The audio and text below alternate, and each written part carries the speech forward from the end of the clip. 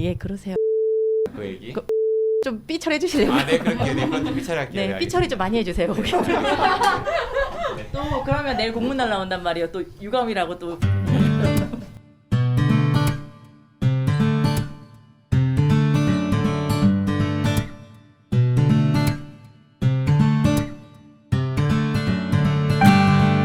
네, 안녕하세요. 아임 정진호 PD입니다. 아임 시즌 13. 네, 이번 주는 특집입니다. 얼마 전 대전시 9급 새내기 공무원이 직장 안에서 괴롭힘을 호소하다가 극단적인 선택을 한 그런 안타까운 일이 있었죠. 그런데 더 화가 나는 점은 이 사건을 처리하는 과정에서 그 대전시의 태도였습니다. 당초 허태정 시장의 약속과는 달리 대전시 감사위원회에서는 진상조사에 좀 미온적인 모습을 보이다가 결국 사건 발생 한 달이 넘게 지나서야 행정 권한 이걸 좀 한계를 핑계를 대면서 이 사건을 경찰에 수사 의뢰하기도 했었죠. 그런데 이 숨진 새내기 공무원처럼 직장 안에서 힘겨워하는 청년들 상당히 많다고 하는데 오늘은 이분들의 목소리를 좀 들어보도록 하겠습니다. 오늘 나와주신 분들 소개해드리겠습니다. 민주노총 대전본부 정순영 청년부장 나오셨습니다. 어서 오십시오. 저 민주노총에서 청년부장으로 활동하고 있는 정순영이라고 합니다. 네, 그리고 대학병원에서 간호사로 일하고 있는 조혜진님 나오셨습니다. 어서 오십시오. 네, 안녕하세요. 조효진 간호사라고 합니다. 네, 그리고 콜센터에서 상담사 일을 하고 있는 이미진님 나오셨습니다. 어서 오십시오. 안녕하십니까, 이미지입니다. 네, 그리고 마지막으로 건설 노동자로 일하고 있는 강준구님 나오셨습니다. 안녕하십니까, 형틀공 강준구입니다. 네, 그리고 이분들의 노동 환경에 대해서 좀 이야기해 주실 대전시 노동권익센터 송지원 노무사 함께하십니다. 어서 오십시오. 네, 안녕하세요. 송지원 노무사입니다. 네, 많은 분들 모셨는데 우선 오늘 좀 주제가 좀 무겁죠. 시작이 얼마 전에 좀 대전시 공무원 좀 안타까운 그런 일이 있어가지고 방송도 무거우면은 좀 안 될 것 같아서 방송을 좀 최대한 좀 밝게 좀 진행을 해볼게요. 우선 제가 이런 질문 드려보고 싶거든요. 여러분들 다 이제 청년 노동자 직장인들이신데 여러분들이 느끼는 청년 노동 현실은 좀 어떤지 우리 이미진님부터 한 말씀 주셔볼까요? 지금 실제 저도 취준생 시절을 겪어봤기 때문에 실제 취업을 하기에는 이 사회가 사실 그런 취업 준비생들을 위해서 현실 문턱이 너무 높고, 그리고 준비하기 위해서는 너무 많은 과정들을 요구를 하고 있고, 우리들한테 너무 현실 문턱이 너무 높고 힘든 게 사실이거든요. 그래서 이러한 어떤 제도적인 문제라던가 그런 게 조금 더 마련이 되어서 취준생들이 준비를 할 때 뭔가 그 나라에서도 정부에서도 마찬가지고 시에서도 마찬가지로 어떤 도움 같은 게 좀 필요하다고 생각을 하고 있습니다. 네, 취준생의 입장을 해서 이제 얘기해 주신 것 같고 우리 그 조혜진님 께서는 이제 지금 일하고 있는 노동 현실이 어떤지 좀 얘기해 줄 수 있을까요? 네, 저는 일단 간호사라는 직종 자체가 취업이 어렵지는 않아요. 취업이 굉장히 조금 시험 봐야 되지 않아요? 국가고시? 그러니까 시험만 봐서 간호사 면허만 취득한다면 취업이 어렵지는 않은 직종이라서 사실은 다른 분들과 다르게 이렇게 아르바이트 경험이 전혀 없고요.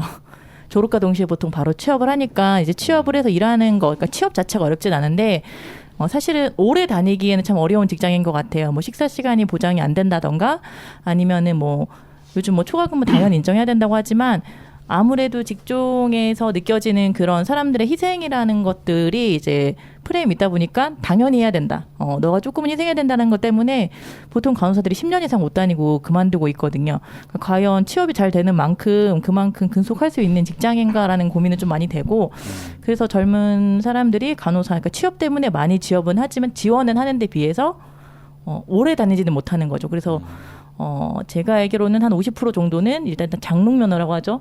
쓰지 않는 간호사 면허를 가지고 있거든요. 그런 것처럼 우리나라가 간호사가 부족하다고 하는데 근속할 수 없는 직장 문화가 계속 반복되고 있고, 사실은 어떻게 보면은 사회나 직장에서도 저렴하잖아요. 인력이 연차가 좀 더 낮을수록 저렴하니까 그냥 방관하고 있는 게 아닌가라는 생각도 한편으로는 들고 참 아쉬운 부분이고 고칠 부분이 많다 생각이 많이 들죠. 그러니까 노동 환경이 많이 열악한 편이다. 그래서 많이 그만두는 그런 추세다 이런 말씀 주셨고요.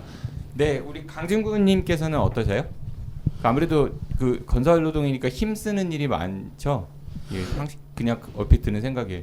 네, 일단은 제 개인적으로는 이제 적응돼 가지고 이제 힘들거나 그러진 않는데, 이제 보통 이제 처음 뵙는 분들한테 제 직업을 얘기하면은 그러면 이게 사무직 쪽으로 건설 일을 하냐라고 한 번 더 물어본 다음에 아니에요. 저는 이제 현장에서 얘기를 해요. 그러면은 반응들이 약간 그 치근하게 바라보시더라고요. 특히 어르신 분들이 직업에 대한 편견. 예, 그러니까는 아유 뭐 밥벌이라도 해야지.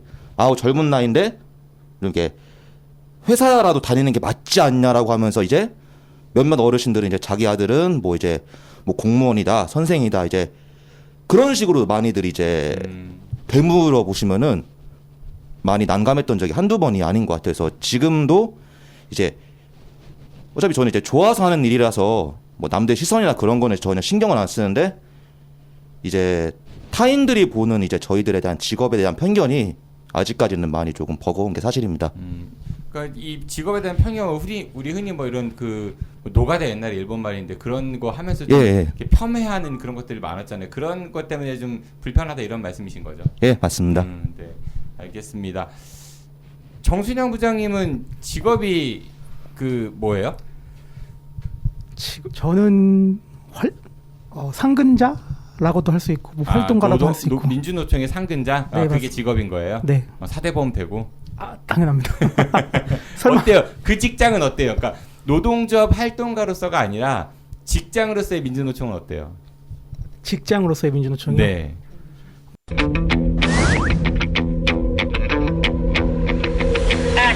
말을 잘해야 되겠네요.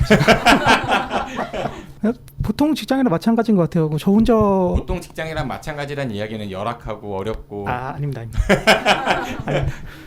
열악하지는 않고요. 그러니까 저 혼자 그러니까 일을 하는 게 아니라 다 같이 모여서 일을 하는 거고, 그리고 월급 꼬박꼬박 받고 연차 꼬박꼬박 쓰고. 그러면 보통 직장인데 단지 저는 이제 뭔가 제가 좀 더 관심이 있고 하고 싶은 거를 찾기 위해서 이 직업을 선택한 거고, 그러니까 돈을 많이 벌고 싶어서 직업을 선택한 게 아니라 그냥 뭔가 이제 제가 하고 싶은 자아실현을 위해서? 직업 정체성을 한번 찾고자 시작을 했습니다. 네, 알겠습니다.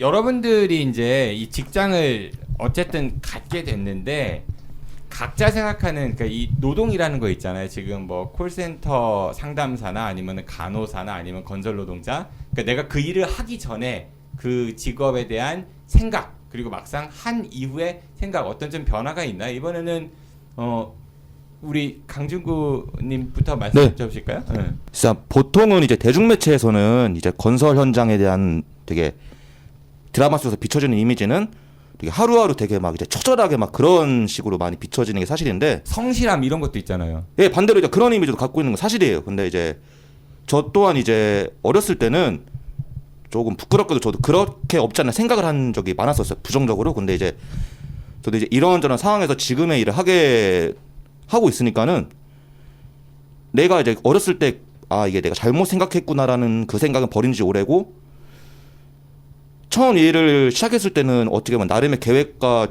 조금의 이상향을 좀 가지고 있었는데 아무래도 제가 아까 말씀드린 것처럼 주변에 대한 그런 어떤 이제 직업에 대한 인식이라든지 그리고 아직까지도 현장에서 조금 이제 일어나고 있는 약간의 불법적인 행위 좀 어떻게 하면 좀 힘든 어떻게 보면은 속된 말로 이제 3대 업종 중에 하나니까는 좀 이제 쉬는 시간이라든지 어떻게 보면 이제 좀 주변 이제 건설 현장 좀 안전 쪽이라든지 그런 게 조금은 아직까지는 좀 미흡하지 않나 저는 생각하고 있습니다. 불법적인 일이라고 하는 거는 노동자 입장에서 예를 들어서 휴게 예. 시간 보장이라든지 안전교육이라든지 이런 것들 산업재 우리나라 굉장히 많이 벌어지고 있으니까 그런 부분을 지적하시는 거죠. 예. 그러면은 우리 저희 조혜진님은 어떠세요? 그 간호사 하기 전에 간호사에 대한 생각과 그다음에 간호사를 막상 한 이후의 간호사 하기 전에는 사실 어른들이 얘기하잖아요. 취업이 잘 되는 직종이라고 해서 뭐 저의 선택이라기보다는 주변의 선택으로. 부모님을 비롯한. 그쵸. 뭐 제가 초등학교, 중학교 때 IMF가 터진 것 같아요. 그 이후로는 이제 부모님도 취업이 잘 되고 어쨌든 너의 먹고 사는 문제는 해결해 줄 수 있는 직장을 택해라 라는 것 때문에 사실 추천을 했고 추천으로 간 거지 저의 의지는 별로 크지 않았던 것 같고 네. 그리고 택하고 나서 다니면서 느낀 건 간호사가 나는 몰랐지만 3D 직종이라는 걸 새삼 알았고요. 간호사도 되게 여러 같은 직업이지만은 여러 종 분야가 있지 않나요? 네. 그러니까 예를 들어서 대학병원 간호사들은 말 그대로 뭐 나이트 근무 이런 것도 있고 뭐 응급실 같은 데는 뭐 사람 이렇게 생명 왔다 갔다 하니까 그런 거에 반해서 일반 개인 병원은 그래도 상대적으로 좀 덜 업무 강도가 세 보이는데 그거 어때요 그런 거는요? 일반 개인 병원이 아무래도 상급 종합병원이나 이제 얘기하는 대학병원들에 비해서 업무량은 조금 수월할 수 있는데 대신에 간호사를 채용하질 않아요. 간호사 인건비 문제 때문에 간호조무사를 채용하고, 보통 간호사 한 명은 채용해야 되는 거 아니에요? 법적으로? 지켜지는 사업장이 많지는 않아요. 그 원래는 의무로 채용해야 되는 거죠. 제가 알기로는 그런데 이제 그런 것들이 시행되진 않고 있고 사실은 저희가 지금 알고 있는 주사 놓는 행위나 이런 것들이 간호사가 해야 되는 건데도 그 업무 범위가 조금 벗어난 건데도 일단은 어쩔 수 없다라고 해서 다 묵인하고 있는 거라 간호사들은 간호조무사는 원래 주사 못 놔요? 보통은 의사의 처방이 있으면 감시 감독 하에라고 돼 있어요. 그 의사가 그쵸. 지켜봐야 되는 예. 거예요. 간호사는 그냥 처방만 있어도 놓을 수 있고. 그렇죠. 근데 이제 그런 것들이 지켜지진 않고 있는 거고, 그래서 간호사들이 인건비 때문에 보통은 큰 병원에 많이 밀집해 있고 작은 병원에 많진 않아요. 알겠습니다. 그래서 뭐 어쨌든 되기 전에는 그 뭐 주변 분들의 그런 권유 때문에 갔지만 막상 가니까 어렵다 이런 얘기신 거고. 네. 이미지님께서는 어때요? 내가 상담사기 전에 이미지랑. 처음에는 사실 이 그 콜센터에서 근무하는 상담사라는 일이 개그 소재로 먼저 좀 많이 쓰여졌잖아요. 그래서 뭐 네네 고객님 뭐 이런 거 맞아요. 그리고 말투도 되게 뭐 좀 성의 없어 보이고 뭐 그냥 개그 소재로 많이 쓰여서 내가 저런 일 하겠어? 이런 생각이 좀 지배적이었거든요. 그래서 저런 일은 나는 할 일이 없을 거야라고 항상 생각을 했었는데 그래서 그런 일에 대해서도 관심도 없었는데 막상 제가 이 일을 하고 보니까 정말 그 TV에서 보던 개그 프로그램이랑 너무 다르더라고요. 정말 사람이랑 1대1로 대화를 하면서 내 감정을 다 쏟아야 되고 뭐 민원이 있을 때마다 나는 그 민원 하나하나 들을 때마다 울어야 되고 그런 일을 겪으면서 TV에서 보는 것처럼 그렇게 웃을 수 있는 일은 아니구나라는 거를 정말 감정 노동이 굉장히 심하다. 네, 맞아요. 그거를 뼈저리게 느꼈죠. 그러니까 사실 그 지금 콜센터 일하시는 회사 정규직 소속은 아니신 거잖아요. 네, 지금 현재 국민은행 콜센터 직원은 아니죠. 예, 그런데 이제 일반 고객들이 전화할 때에는 네. 그 국민은행으로 알고 전화하는 거잖아요. 그렇죠. 그러니까 사실 나는 상담하는 사람은 국민은행을 대리할 권력이나 권한이 없는데 고객들은 마치 내가 그거를 하는 것처럼 여기기 때문에 더 막 이렇게 그렇지 않아요? 네, 그렇죠. 그래서 더 힘들어요. 그거를 말을 할 수도 없고 그래서 제 입장에서는 이제 이중고에 시달리죠. 뭐 예를 들어서 그 고객들한테 저는 그럴 힘이 없는데요. 그 본사에 따져보세요. 이렇게 말할 수는 없는 거니까. 그렇죠. 네, 맞아요. 참 여러 어려움들이 있네요.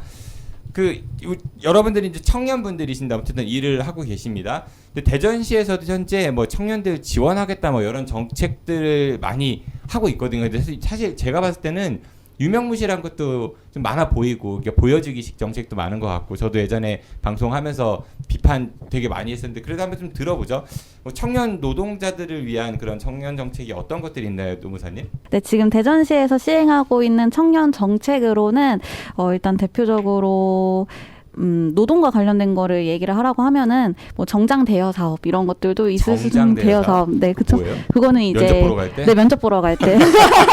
어떻게 보면 노동 가지고 관련 있다고 볼 수도 있고요. 이건 편견 아닙니까? 편견? 네, 어쨌든 정장 어쨌든, 대여. 네, 정장 대여 있을 수가 사이즈 있고요. 여러 개 있대요? 네, 뭐 여러 개 있겠죠. 그 다음에 이제 청년 마음 건강이라고 해서 아까 말씀하셨던 것처럼 그런 감정 노동에 시달리는 분들을 위해서 뭐 이제 청년 마음 건강이라고 해서 심리 상담 같은 거 지원도 해줄 수가 있고요. 또 대표적으로 또 하나 해줄 수가 있는 게 대전 청년 희망 통장이 있죠. 네, 사실상 그거는 그거 거의 뭐 안 되는 사람들이 많잖아요. 네, 맞아요. 저도 예전에 한번 이거 취재했었는데. 네, 맞아요. 이게 문제가 조금 많긴 하더라고요. 심지어 중위소득 90% 미만으로 딱 제한을 걸어놔서 사실상 그냥 주 40시간 일을 하시는 이제 최저임금을 받고 일하시는 월급제 근로자분들은 아예 지원을 못 하세요. 네, 그렇게 될 수밖에 없기 때문에 사실상 그리고 또 특수고용직 노동자분들 같은 경우에도 지원 자격이 안 되기 때문에 약간 조금 사실상 노동 정책으로 있기는 하나 조금 문제는 있다고 보여지긴 예전에 합니다. 제가 그래가지고 네. 취재할 때 대전시 공무원한테 물어봤어요.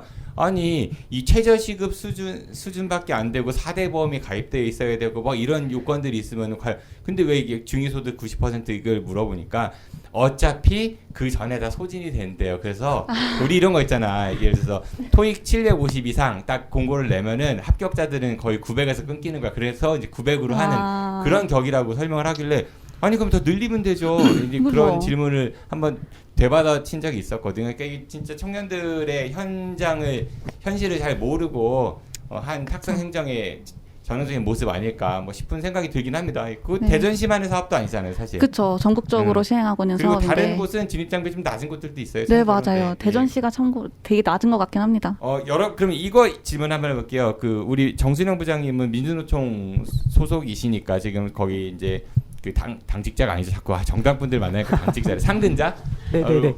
일을 하고 계시니까 노조가 많이 있나요? 우리 대전 지역의 기업들, 대기업들 말고 어때요? 대전 지역엔 대기업이 별로 없고 주로 네, 그렇죠. 일단 네. 중소기업들 뭐 노조들이 많이 있어요? 제가 알기로는 별로 없죠. 별로 없어요? 네, 중소기업 노동 중소기업도 별로 없고 여기 계신 분들은 혹시 그 각자 일하시는 직장에 노조가 있나요? 그렇죠, 있죠. 있어요? 네. 그럼 여러분들 노조 얘기를 좀 들어보죠. 뭐 우리 이미지님, 네, 그 국민은행 그건 저도 그 얼마 전에 했으니까 노조가 근데 국민은행 소속은 아닌 거잖아요. 네, 저희 업체 노조가 생겼고 저희는 생긴 지가 얼마 안 됐어요. 그러니까 국민은행이 그 하청을 준 하청업체 직원들로 구성된 노조가 있다. 그렇죠. 어때요? 네, 저희는 이제 1년 조금 넘은 신생 노조라서 아직은 지금 새내기 노조라서 조금 어수선한 것도 있지만 대신에 그만큼 단결력이 아직 조금 이제 막 으쌰으쌰하는 분위기라서 그런 조금 뭐랄까 단결력이 지금 이제 막 생기고 있는 그런 끈끈한 노조예요. 의욕이 좀 아직 살아 있는 네, 뭔가 이제 해야겠다라는. 우리 이제 할 수 있어 이런 노조예요. 전체 구성원 중에 그 몇 %나 가입을 했어요, 대충? 저희는 거의 90% 가까이가 어. 가입되어 있다고 보시면 됩니다. 네. 그런데 이번에 얼마 전에 국민은행 예고 파업하고 그랬잖아요. 그 네, 콜센터 맞아요. 직원분들. 네. 근데 국민은행에서는 거기는 우리 직원이 아니라서 직접 응대할 수가 없다라고 그렇게 하고 있죠. 어때요? 그 이후로 은행에서 어떤 목소리가 들려온 게 있나요? 아직 사실 그렇게 저희도 답변을 받지는 못했지만 그래도 조금의 변화는 있는 것 같아요. 어떤 식으로요? 저희가 이제 확실하게 몸에 이렇게 깨닫는 다가오는 그런 거는 없지만 뭔가 이제 근무를 하는 데 있어서 뭐 아주 사소한 건데 저희가 지점에 전화를 했을 때 지점 직원들이 전화를 엄청 안 받아요. 그런데 요즘 들어서 전화를 좀 자주 잘 받는 편이에요. 그런 거 보면은 우리가 이렇게 한 거에 대해서 그래도 조금 그런 위력이 있지 않았을까 그런 생각은 좀 합니다. 회사 측에서는 어떤 얘기 없어요? 그 이번에 예고 파업하고 이런 거에 대해서 국민은행 측이야 우리 직원 아니다 이렇게 얘기했지만 이제 본인 회사에서는 저희 회사에서도 얘기가 있었긴 한데 너무 씁쓸한 얘기여서 얘기 곤란해요? 네. 네, 얼마나 씁쓸하길래 예. 말을 아끼겠습니다. 네. 이게 본인 직장 소개할 때 회사 이름이 뭐예요? 저희 소속은 제니엘입니다. 이게 제니엘이라고 안 하고 국민은행 콜센터라고 얘기를 하잖아, 그렇죠? 네. 이거부터가 저는 개인적으로 내가 다니는 회사인데 왜 그 회사 이름을 말을 못하고 더 큰 기업을 팔아야 하는 그 이 슬픈 현실, 그렇죠? 근데 그 아버지를 아버지라 부르지 못하고 형을 형이라 부르지 못하는데 나는 서자도 아니고 근데 항상 전화 받을 때 뭐라고 받으세요? 평생 금융 파트너 KB 국민은행 그거 봐요. 이라고 인사합니다. JL입니다라고 받아야 되는 거죠. 콜센터 업무를 대행하는 JL의 이미지입니다라고 해야 되는 거잖아 원래는. 내가 국민은행 소속도 아니라면서 왜 그렇게 받냐는 거지. 이런 하청 구조는 정말 좀 개선이 돼야 되지 않나 개인적으로 그런 생각을 많이 합니다. 네. 네. 네. 제가 갑자기 욱해지네요. 씁쓸하네요. 네. 조혜진님은 어때요? 그 대학병원의 그 간호사들 분들도 노조가 있죠? 예, 있습니다. 어때요 그 노조는?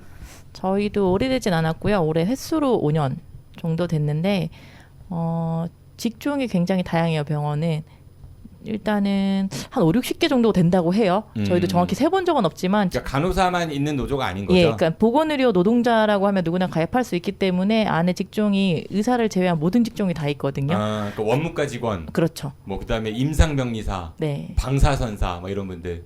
예, 그렇게 다양하다 보니까 그 다양성에서 어떤 걸 먼저 추구해야 되냐가 되게 많은 문제가 되는 거, 다 논란이 되는 것 같아요. 그 안에서도. 그리고 이제 그 안에서 많이 고민이 되는 게 이렇게 청년 일자리라고 했을 때는 가장 심각하게 생각이 되는 거는 점점 좋은 일자리, 그러니까 고용 안전 자체가 좀 더 흔들리는 것 같다는 생각이 좀 많이 들더라고요. 그러니까 안전한 일자리들은 좀 더 안전해지는 건 사실인데 그 이외 일자리들은 점점 이렇게 고용 자체가 불안해지니까 노동조합에 가입하기가 굉장히 어려워지는 거죠. 이제 계약직들이나 이런 경우에는 아무래도 눈치가 보이잖아요. 그래서 저희가 가입이 됐는데도 불구하고 아무래도 고용 불안 때문에 조금 더 주춤하고 있고, 그러니까 점점 좋은 일자리라고 얘기하는 것들이 줄어드는 것 같아서 조금 안타깝다는 생각이 들어요. 그러니까 노조 가입하면 뭔가 불이익을 받는, 그러니까 암묵적인 그런 것 분위기가 좀 있다. 그런 분위기는 없는데 스스로 좀 많이 작아지는 것 스스로 같아요. 예. 그러니까 알아서 노동조합은 눈치 정규직만 하는 거야라는 약간 그런 그러니까 스스로 위축이 되는 것 같은데 사실은 계약직 전체가 다 가입을 했을 땐 달라지는 건데 그렇잖아요. 사실 계약직 전체가 가입을 하면 누구가 계약직이다 이런 게 없는데 그러니까 스스로 좀 더 작아지는 것 같아서 좀 안타까운 것 같고. 얼마나 가입돼 있어요? 그럼 그 병원에서는? 저희는 일단은 의사는 노동조합에 가입이 안 되거든요. 의사는요? 예. 왜요? 거기도 월급 받는 분들 아니에요? 우리나라는 안 되더라고요. 아. 그래서 인력 의사를 포함하면 60%는 좀 넘고 의사를 빼게 되면 한 80% 정도. 네, 가입률이 낮지는 않은데 아무래도 보통 가입을 안 하는 경우에는 계약직이 좀 많은데 이제 스스로 작아지는 게 조금 안타깝죠. 아, 그래서 예전에 이제 의사들 이제 일 안 할 때 의사는 노동자가 아니기 때문에 의료 파업이 아니라 진료 거부다라고 해야 네. 된다 이런 용어가 네. 많았었잖아요. 그래서 그렇구나. 네. 근데 사실 의사도 노동자인데 법이 잘못된 거죠. 사실 의사도 월급 받는 건 똑같거든요. 그러니까 그 네. 월급의 크기의 차이가 있는 거지. 차이 많이 나요? 의사하고 간호사하고? 많이 나죠. 2배 이상 나요? 2배가 뭔가요? 2배가 뭔가요? 네. 그럼 네. 간호사하고 간호조무사하고 차이 많이 나요? 아까 좀 나죠. 2배 나요? 2배까지는 안 나는데. 거긴 좀, 2배까지 안 나고. 근데 그런 것들인 것 같아요. 노동 자체를 다르게 바라보는 거. 그러니까 사실은 의사나 간호사나 그러니까 어떻게 보면 병원 안에서 의사도 청소하시는 분도 똑같은 노동자거든요. 그러니까 그 임금의 차이가 나는 것뿐이지 사실은 그 노동 자체는 존중받아야 되는 건데 의사들이 노동조합에 가입이 안 되는 것 자체도 어떻게 보면 모순이 아닌가라는 생각도 좀 많이 들더라고요. 알겠습니다. 우리 강준구님께서는 어때요? 그 노조 있죠? 예, 저희 현장에도 노조가 있죠. 예. 건설 노조는 예. 죄송합니다만은 사회에 이제 보편적으로 각인된 이미지가 좀 세잖아요. 막 불질르고 쇠파이프. 그렇지 예. 않겠지만은 영화나 이런 데서 많이 오해하지 마십시오. 네, 어때요 분위기는? 실제로 대중매체에서 보여지는 거가 맞는 경우도 있고 아닌 경우도 있을 텐데 저희 입장에서는 기존에서 이제 현장에서 저희가 일을 배정받아서 일을 하고 있으면은 이제 다른 이제 저희 아니 다른 노조나 다른 쪽에서 이제 우리도 일하게 해달라고 해서 회방을 놓는 거예요. 기존의 현장 자체가 다 이제 배정을 받고 더 이상 인원을 받을 수가 없는 상황인데 네. 그 현장으로 다른 이제 팀이나 다른 노조 분들이 우리도 일하게 해줘 하면서 그냥 억지로 밀고 들어오는 거예요. 그러면 저희도 본의 아니게 뭔데 이러시냐 하지 말라 하고 그냥 이제 한 번은 이제 어떤 경우가 있었냐면 이제 작년 어떤 현장에서 제가 말씀은 잘게 삐처리해드릴게요. 예. 네, 삐처리해드릴게요. 그러고 안 이제 합니다. 아침에 저희가 이제 제가 이제 보통 한 새벽 5시 내지 5시 반에 눈을 떠요. 그러면 이제 어찌어찌 정신 차리고 출근하면은 그날도 이제 다른 이제 노조 저희랑 아예 다른 이제 모 노조 고 있는 거예요. 좀? 예. 그러면 이제 다짜고짜 그냥 뭐 외국인이야? 뭐야? 하면서 이제 예? 뭐 때문에 그래 하니까는 이거 아니 말고 빨리빨리 들어가라고 해가지고 그런 식으로 해가지고 이제 시비를 걸어요. 보통은. 그래서 이제 저희도 본의 아니게 저희도 어쨌거나 어떻게 보면 소속된 회사에 소속된 건 아니지만 직장이니까는 어떻게 하다 보니까 이제 본의 아니게 또 몸싸움으로 그렇게 많이 번지는 경우도 없지 않나 있습니다. 예. 그러니까 지금 우리 강준구님께서는 어디 네. 회사에 소속된 건 아닌 거고 내 기술 전문직으로서 어떤 일이 있을 때 그 일의 프로젝트를 받아서 수행하는 그런 건가요? 그러면은? 일단은 이제 건설 노조에서 현장을 배정을 받아 가지고 예, 배치를 받는 거죠. 그리고 또 어떻게 보면은 이제 저희도 계약직이죠. 현장 배치 받아 가지고 이제 무슨 회사랑 해 가지고 최소 공사 끝날 때까지 최소 1년 내지 아니면은 한 10개월, 길게는 2년, 3년 그 회사 소속이 되는 거죠. 네. 예. 그 정순영 부장님은 네. 거기 노조 없어요? 그러니까 회사가 노조인 거고 그 안에 노조 아 있어야 되는 거 아니에요? 생각은 원래는? 해봤는데 네. 아직 필요하다고 이거 봐, 생각하고 중이 제 머리 못 깎으니까. 아니 민주노총은 그냥 그 노동자들 그 노조의 어떤 그 총합인 거잖아요. 한 그 전체인 거고 네. 그거로서가 아니라 직장으로서의 민주노총이면 그 안에 노조 있어야 되는 거잖아요. 아, 맞습니다. 가능합니다. 그런데 예, 가능하죠. 근데 네. 없어요? 아직은 없습니다. 전국에 어때요? 민주노총 말고 다른 그러니까 상근자들을 위한 노동조합이 있는 건 알고 있어요. 근데 자세하게 어딘지는 모르겠는데 저도 그 사람 만들어 보세요. 네, 본인이 눈치 보여요? 난감하죠? 네. 저도 제 만들게. 특기예요. 네. 만든다고 눈인사 했습니다. 지금 눈짓으로. 네. 네. 참고들 하시고요. 민주노총 관계자 여러분. 근데 이 노조에 대해서 여러분들은 노조 활동을 지금 하시고 계신 분들인 것 같은데 부정적 이미지 아까 우리 강준구님하고도 얘기했지만은 사회 전반에도 좀 많이 있는 것 같거든요. 뭐 예를 들어서 흔히 대표적으로 얘기하면은 뭐 강성 노조다 아니면 귀족 노조다. 여기 계신 분들은 귀족 노조에 해당은 안 되시는 것 같고, 근데 국민은행 노조 뭐 이런 은행 노조들은 귀족 노조다 이런 얘기 많이 듣는 것 같고요. 보통 보면은 뭐 강성 노조 그리고 뭐 그 뭐랄까 파업으로 인해서 사람들에게 불편을 끼친다. 특히 뭐 병원 계신 보건의료 노조는 그런 소리 많이 듣죠. 부담 많이 듣죠. 뭐 거부하면 일단 병원이 멈추니까 뭐 여러 가지 그런 사회에 불편한 시선들도 있는데 그런 것들에 대해서는 어떻게 생각하시는지요? 특히 제 친구들한테 많이 듣죠. 제가 노동조합에서 일하고 있다고 하면 에이씨 이래요? 괜히 막 멀리하고 뭐 피곤한 스타일 뭐 이런 거? 네 그런 것도 있고 그냥 왜 이렇게 너네는 거칠게 나가거나 불만이 많냐 이런 식으로 말하는데 사정을 다 설명을 하면 이해는 또 공감은 해요. 그냥 그럴 만한 사정이 있어가지고 노동조합 활동을 하는구나. 그래도 심한 거 아니냐. 다들 이런 식으로 생각하더라고요. 외부에서 보는 민주노총 활동이 안 좋으니까 민주노총 내에서도 그러니까 문제가 있다고는 보는데 그런 문제는 이제 내부에서도 인식을 하고 있고 어떻게든 또 다른 방법을 찾거나 개선을 하기 위해서 토론을 하고 논의를 하고 있습니다. 근데 쉽게는 아직 변하진 않는 것 같고요. 두 번째는 제가 보기에는 이제 노동 교육이 부재에서 나오는 현상이 아닐까 이런 생각도 하는데 저희는 이제 노동 교육을 제대로 학교 과정에서는 안 배운 걸로 알고 있고 뭐 고등학교뿐만 아니라 대학교 가서도 뭐 교양 강좌로서도 노동 관련된 과목은 없는 걸로 알고 있고 그렇다고 뭐 저희가 직장에 들어가서도 그렇다고 뭐 노동에 대한 교육을 받는 것도 아니고 그러면서 이제 제대로 된 교육이 없는 상태에서 이제 미디어나 언론 쪽에서는 좀 나쁜 이미지만 부각을 뭐 사실이긴 하지만 나쁜 이미지만 많이 부각을 하니까 오히려 그런 노동 교육의 부재 때문에 그 노동조합에 대한 부정적인 이미지가 좀 더 커지지 않았을까. 물론 노동조합 자체 내에서도 문제가 있긴 하지만 이 노동이라는 단어에 더 쉬운 그런 좀 안 좋은 그 선입견, 편견 이런 것들이 우리는 많은 것 같아요. 북한 관련해서도 뭐 조선노동당이니까 그런 거 있고. 그래서 조금 전에 어떤 분이 말씀하셨는데 근무 시간 이런 얘기 하시는데 사실 근무라는 말이 되게 좀 사용자 중심의 언어 아니에요. 열심히 일해야 된다라는. 저도 근무라는 말을 잘 안 쓰거든요. 근로자 이런 말 잘 안 쓰거든요. 근데 노동에 대해서 좀 그런 안 좋은 이미지에 플러스 이제 그러니까 언론에서 비춰지는 안 좋은 모습들 플러스 내부의 문제 이 세 가지를 진단해 주셨는데 강정근님은 어떠세요? 그 노조에 대해서 안 좋게 바라보는 시선에 대해서? 일단 아마 저희 건설 노조가 가장 많이 욕을 먹지 않을까. 항상 이제 TV에서 나오는 거는 어느 노조 분들이 이제 파업하는 거는 되게 좀 지지해주고 막 그런 편인데 그러니까 대부분 어떤 분들은 뭐 길바닥에 앉아가지고 막 노래하는데 여기는 뭐 진짜 저희는 이제 아무래도 이게 이제 여성 조합원분들이 계시기 때문에 TV에서 보는 거 상상 그 이상이에요. 정말로 이게 일촉즉발의 상황까지 가는 그런 문제가 정말 많아서.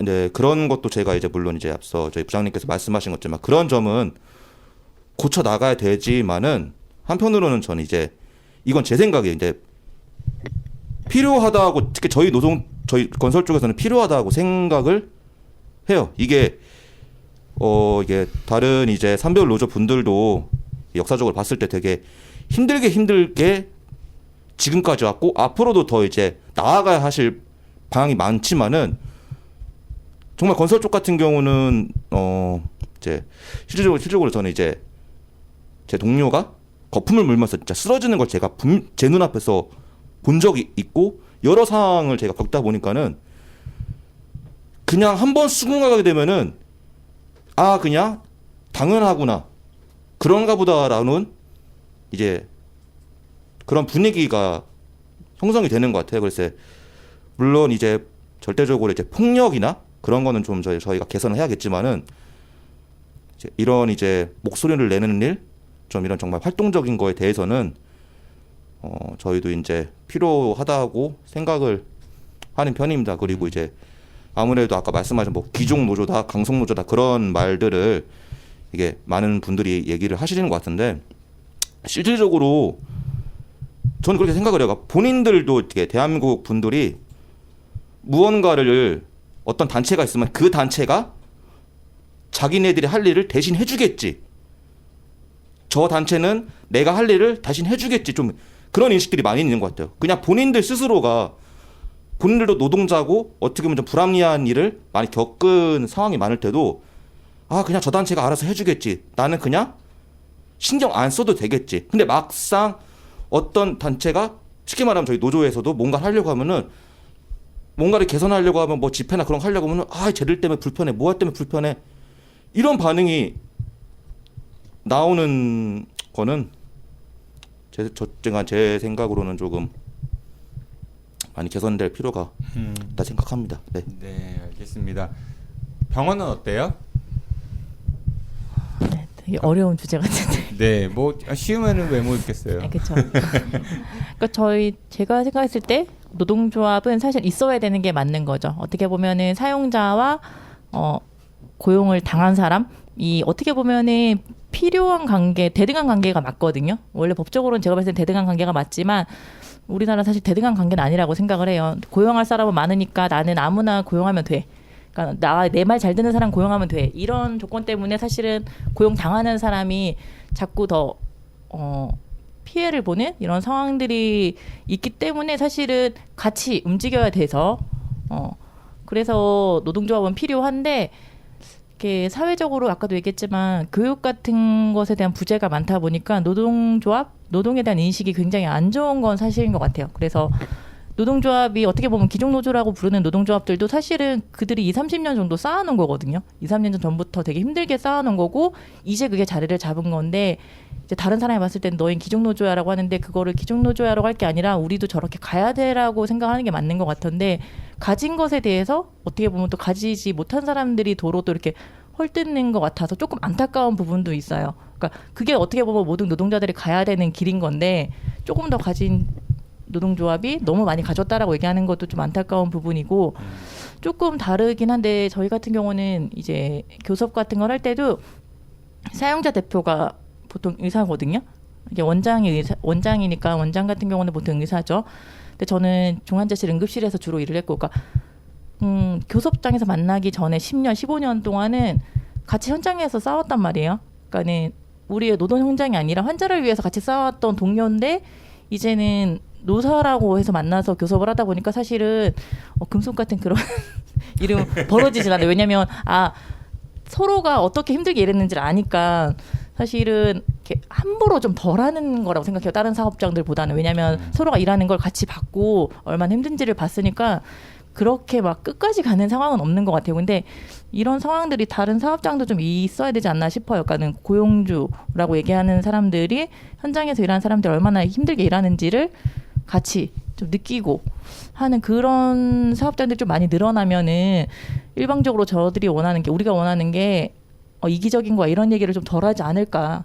근데 지금은 어떻게 보면은 우리가 이렇게 할 때 CEO가 굉장히 잘해서 그 회사가 발전한다고 얘기를 하잖아요. 근데 사실은 CEO가 잘해서 그런 게 아니라 CEO가 할 때 같이 옆에서 같이 해주는 노동자도 같이 한 목소리를 내고 있기 때문에 사실은 회사가 발전할 수 있는 건데 거기에 대해서 다들 포커스를 좀 못 맞추는 것 같아 좀 아쉬운 것 같아요. 무조건 CEO 한 사람이 잘해서 그 회사가 성장한 거다.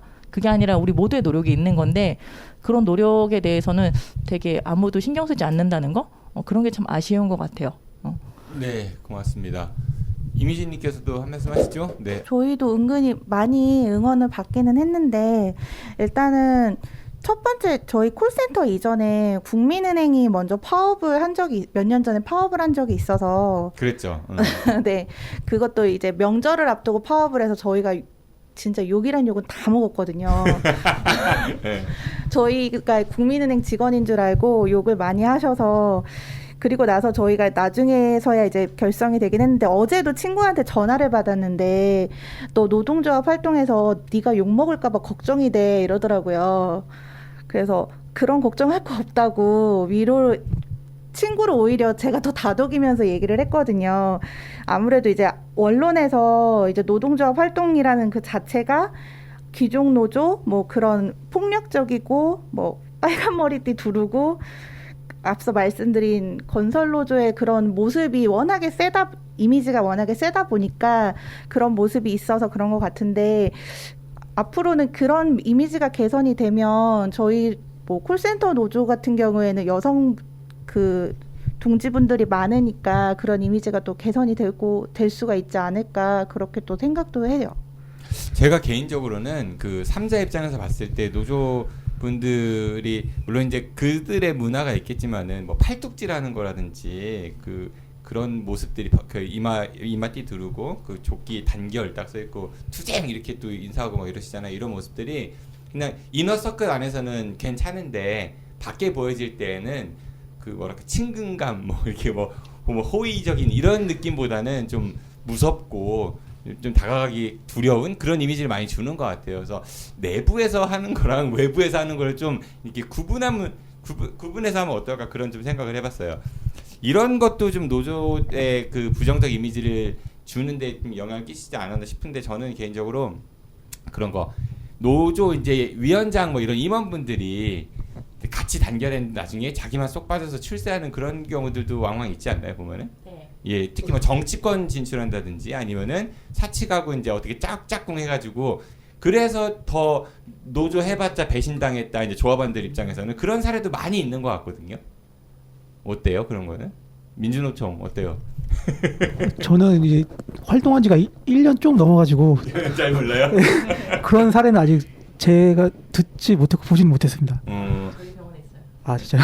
예, 그런 게 왕왕 좀 있는 것 같고 또 실제로 대전시 의회에서도 노조 출신의 시의원이 한 분 계세요. 대전광시 의원이 한 분 계신데 대전시 그 노동 인권 그 이번에 노동 조례 하나 한 거 있죠. 서명 받아가지고. 네. 저도 서명했었는데 그 특별히 도와준 대전광시 의원이 있었나요? 거기에 재정 뭐 할 때 그 작업할 때 작업이 어떤 걸 그러니까 서명 운동 해갖고 저 누구지 오광 의원이 도와준 네 같이 그러니까 좀 도왔다고 얘기 들은 것 같은데 네네. 사실 노조 출신의 의원은 다른 분이거든요.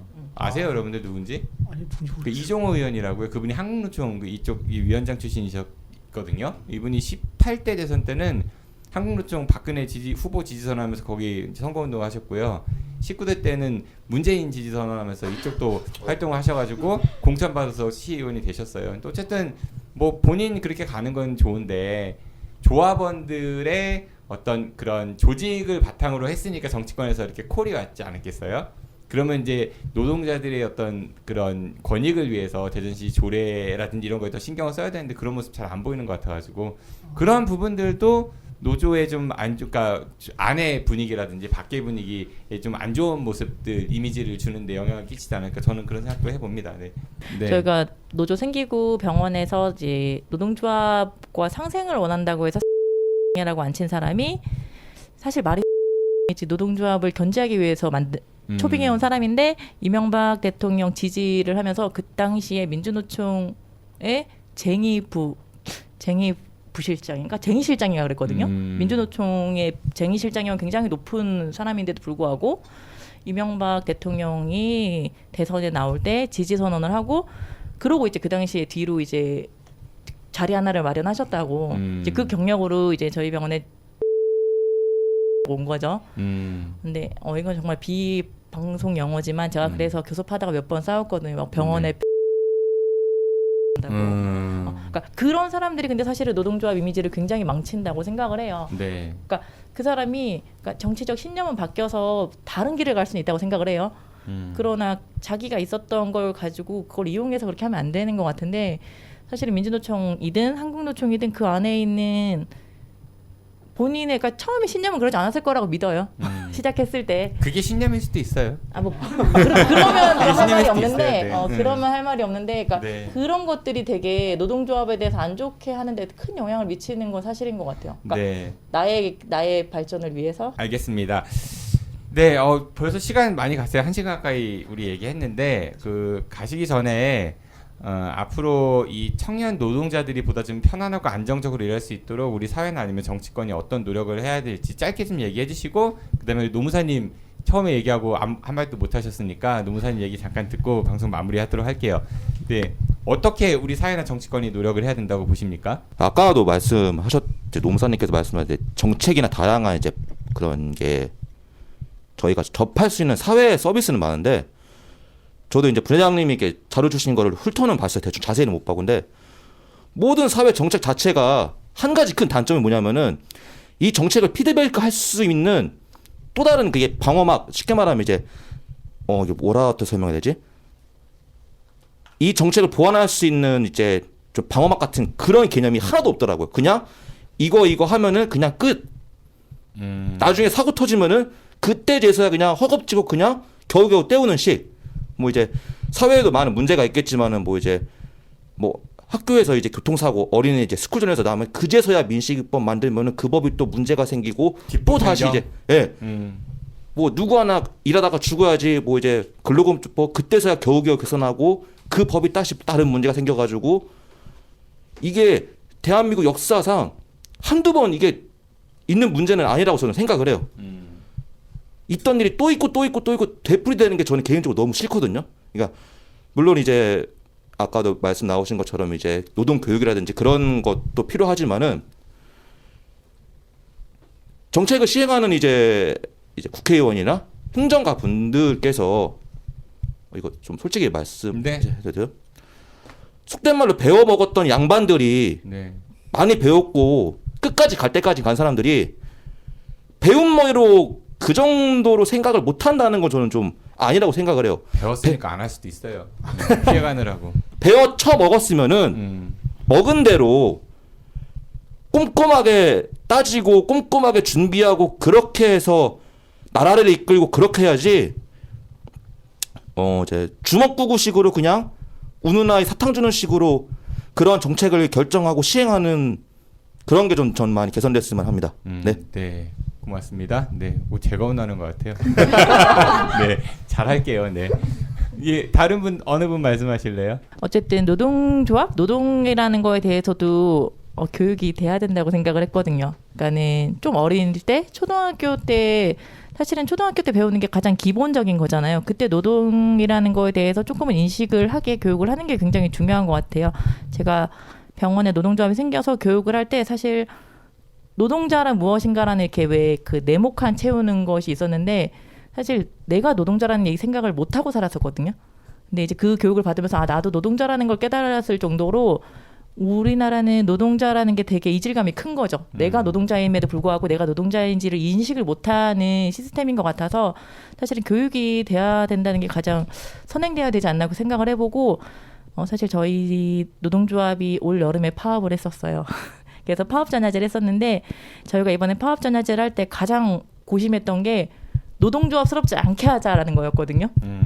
그래서 파업전야제를 뭐 감염이나 이런 걸 준수해야 된다 그래서 저희가 드라이빙 스루로 해서 자동차 극장으로 했었는데 그 안에서 아까 얘기하셨던 것처럼 투쟁 발언이나 너무 많은 팔뚝질은 지양하자.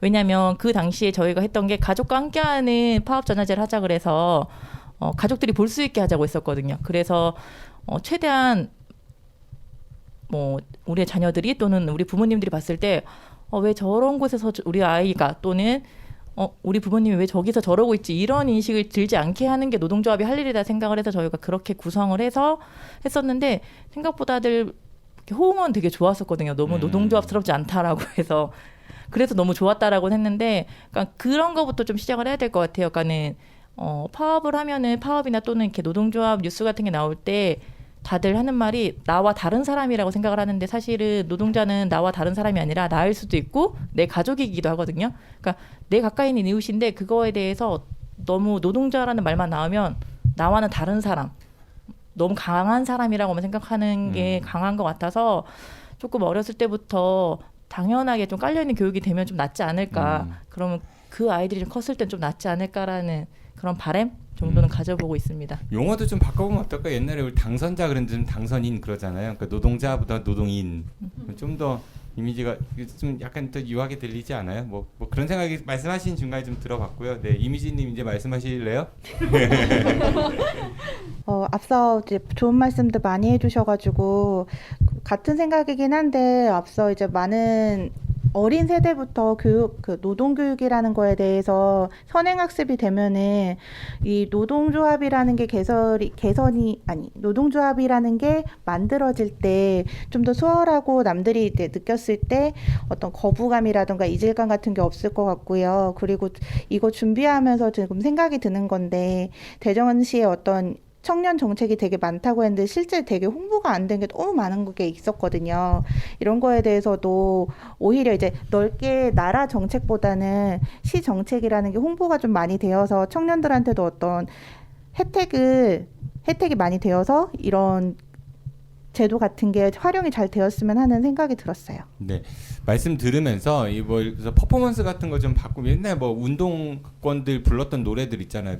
맨날 그런 노래 부르시잖아요. 보면은 그 집단무하고 그런 거보다 좀 와서 재밌어야 될 거 아니야. 지금 젊은 친구들은 그런 거 재미없죠. 솔직히 가면은 그냥 선배들 하니까 따라하는 거지만 그런 거 말고 BTS도 좀 하고 뭐 예를 들어 블랙핑크도 좀 하고 뭐 좀 즐길 수 있는 그런 게 있으면 좋겠다 생각이 좀 드네요. 네, 네, 제가 좀 저기 있을지 모르겠지만은 대전시 그 노무사님 이제 네. 대전시 노동인권센터 계시다, 노동권익센터에 계시니까요. 네. 그런 거 정책으로 만들어 보면 어때요? 예를 들어서 다 모든 노동자, 청년 노동자뿐 아니라 에게 뭐 노동자 안심보험 같은 거 들어준다든지 대전시가 뭐 좋죠. 네. 돈 그렇게 많이 안 들 것 같거든요. 보험이니까. 글쎄요. 일단은 기본적인 것도 사실은 문제가 조금 있다고 생각을 하기 때문에 사실 뭐 근로기준법도 그렇고 아니면은 뭐 지금 시행되고 있는 정책 같은 것도 그렇고 사실상 약간 사각지대가 항상 발생을 하고 있잖아요. 뭔가 보편적으로 적용되는 게 아니라 뭐 예를 들어서 부당해고를 당하시거나 직장 내 괴롭힘이 발생을 했어요. 근데 그랬을 때 이제 전화 상담이 와서 상시 노동자 수가 어떻게 되세요? 그러면 2-3명이요 하면은 죄송한데 그럼 어쩔 수가 없으세요. 5인 미만 적용이 안 되니까. 그냥 참으세요. 이게 끝이거든요. 사실 억울해도 어쩔 수가 없습니다. 근데 요런 것들이 사실은 누구나 다 적용을 못 받으면 사실 덜 억울할 텐데 누구는 되고 누구는 안 되니까 사실 더 억울하고 더 소외감을 느끼시고 하시는 것 같아요. 더 분노하고. 그래서 그냥 그런 기본적인 근로기준법 자체도 사실상 5인 미만 사업 정도 적용이 될 수 있게끔 좀 개정도 됐으면 좋겠고 대전시의 그런 정책 같은 것도 좀 사각지대가 발생을 안 하고 다 보편적으로 적용받을 수 있게끔 바뀌었으면 좋겠다는 생각을 합니다. 그러니까 촛불 이후에 이제 문재인 정부가 들어오면서 이런 것들을 좀 기대했는데 사실은 너무 앞으로 못 나간 게 아닌가 그런 비판을 많이 받잖아요. 뭐 전국적으로 어려우면 대전시만이라도 대전시가 21명이 더불어민주당 소속이거든요. 한 분이 국민의힘이고 조례 만들어서 대전시는 5인 미만도 이렇게 보호해주겠다 이런 조례 만들 수 있는 건데 그런 거 전혀 안 움직이니까 좀 실망감이 많이 드는 것 같아요. 마지막 발언입니다. 이제 우리 정순영 부장님이 오늘 자리를 이제 주선하신 분이니까 네 끝으로 좋은 얘기들은 나온 것 같고 어때요? 방송 기획해 보니까 실제 해보니까 기획하고 정말 어렵구나. 세상에 쉬운 일이 없구나 생각했습니다. 저 없으면 큰일 날 뻔했죠. 아니 처음 전화 왔을 때 굉장히 막 쉽게 얘기를 하더라고. 그래가지고 그래 내가 참자. 그랬는데 하고 나니까 좀 후련해요? 어때요? 기획자로서. 네, 후련합니다. 네. 네. 그 기회가 닿으면은 뭐 종종 한번 가끔씩 만나서 이런 얘기하면 좋을 것 같고요. 그리고 여러분들 중간에 좀 목소리 내시고 싶은 거 있으시면 언제든지 연락 주시면은 저희가 그 문을 활짝 열어놓도록 하겠습니다. 네, 오늘 아는 것입니다 시즌 13 특집으로 마련한 그 대전 지역 청년 노동자들의 목소리 방송 여기서 마치도록 하고요. 여러분들 고생 많으셨습니다. 안녕히 가십시오. 감사합니다. 네, 저도 이만 물러가겠습니다. 저는 다음 주 수요일 사기 수법에 대해서 이야기하는 시간이죠. 사기와의 전쟁 시간에 찾아뵙겠습니다. 청취해서 고맙습니다. 안녕히 계십시오. I'll be back.